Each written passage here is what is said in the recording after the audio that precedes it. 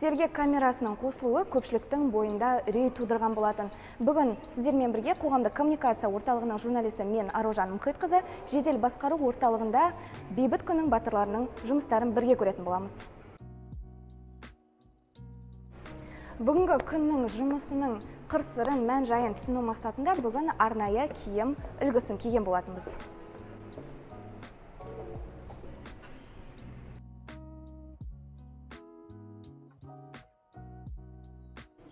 Ал ендеше бүгін погонды журналистке жедел басқару орталығының аға инспекторы Елдос Оразғалиұлы барлық ақпаратты, яғни бір күндік қызметті бізге түсіндіретін болады.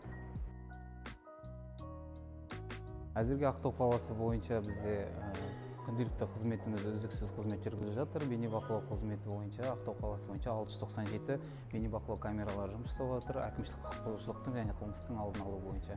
Бұның бәрі әрине бейнебақылау қызметкерінің қатысуымен өткізіледі. Және де бізде 132 сергек бағдарламасы, зияткерлік бағдарламасы арқылы 132 бейнекамералар және де 536 автоматты түрде әкімшілік құқық бұзушылықты анықтайтын камералар жұмыс жасап жатыр. Енді жұмысқа барысына келетін болсақ, әрбір оператордың орнына барып, сол жерде түсіндірсек болады.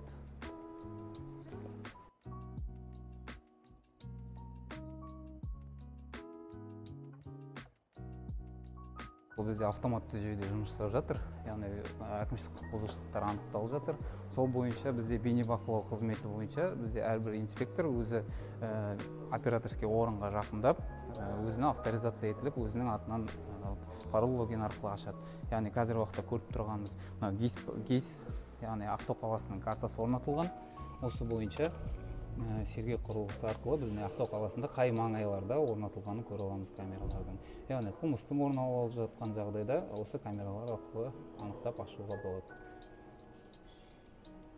Енді әрбір камераны басамыз, өзімізге керек камераны ашып қарай аламыз. Және де архив қарай аламыз, және де керекті ақпараттарды қараймыз.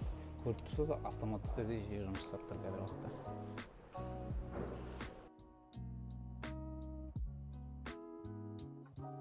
Сұңқар 5 қара түсті Мерседес автокөлігі 137 мемлекеттік белгісі қауіпсіздік белгілерін тақпаған.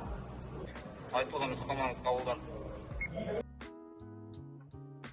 Жедел басқару орталығында бірнеше бөлім жұмыс істейді. Оған 102 желісі бойынша қоңыраулардың қабылдануы және осы қоңырауларға жедел әрекет ету жатады.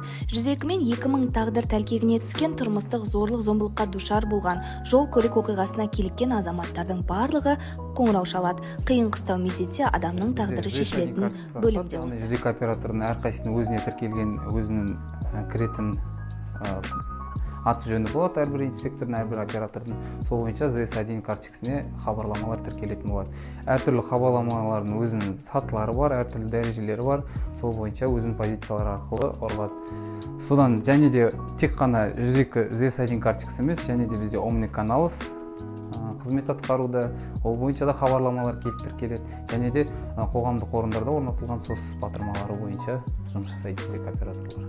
Кез келген тұрғын хабарласса, алдымен аты жөнін, мекен-жайын, одан кейін оқиға бойынша анық-қанығын сұрайды. Сөйлесуге 5 минут қана уақыт беріледі. 5 минутта тұрғынның шағымы бойынша барлық мәліметті тіркеп үлгеру керек. Анықталған мәліметтердің барлығын сол мезетте карточкаға тіркеп инспекторларға жолдайды. Одан кейін инспекторлар патрульдік экипаж жібереді.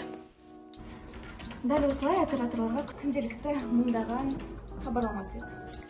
Полиция қызметкері болу оңай емес. Оны бүгін тыныштығымыздың күзетшісі, тәртіп сақшыларының қым-қуыт тірлігімен танысқаннан кейін ғана түсініп жатырмыз. Өзінің өмірімен қатар, өзгенің өміріне де жауапкершілікті қатар алып жүретін қиын тұстары мол сала. Полиция қызметкері болу үшін білім де, білік те, білек те керек. Сабыр, төзім және қажыр қайрат қажет. Шапшаңдық пен жылдамдық, тез шешім қабылдап, жылдам әрекет ете білу қабілеті полицейге қажетті басты қасиеттердің қатарында. Ал енді бүгінгі күнде өз мәресіне жетті.